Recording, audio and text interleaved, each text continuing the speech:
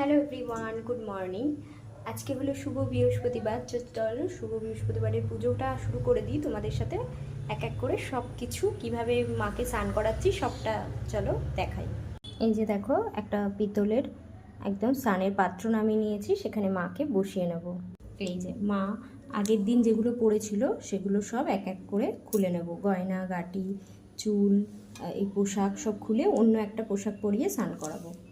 এই যে দেখো, মাকে এইভাবে কিন্তু একদম গামছা পরিয়ে রেডি করিয়ে নিয়েছি। আর এই যে এখানে হচ্ছে গোলাপ ফুলের পাপড়ি, কিছু গাঁদা ফুলের পাপড়ি আর একটু প্লেন জল, আর তার মধ্যে দিয়ে দিলাম একটু অগরু। এটা দিয়েই কিন্তু সুন্দর করে মাকে স্নান করাবো।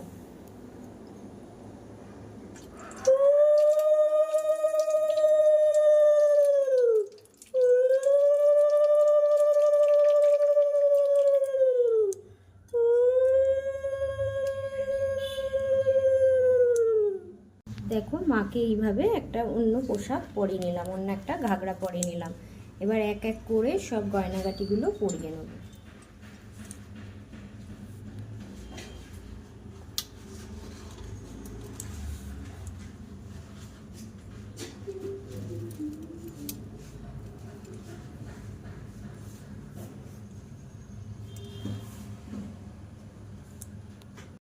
গয়নাগাটি পরিয়ে চুলটা রেডি করে এই যে বেশি করে এরকম করে মাকে সিঁদুর পরিয়ে দেব।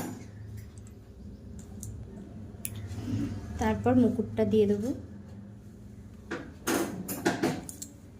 দেখো তো কেমন লাগছে আমার মা লক্ষ্মীকে। এরপর মাকে এই যে এই আসনে বসিয়ে নেব। এই যে সাইডে দেখো ধানের ছড়া রয়েছে, মা এখানে বসে, এই যে বসিয়ে দিলাম।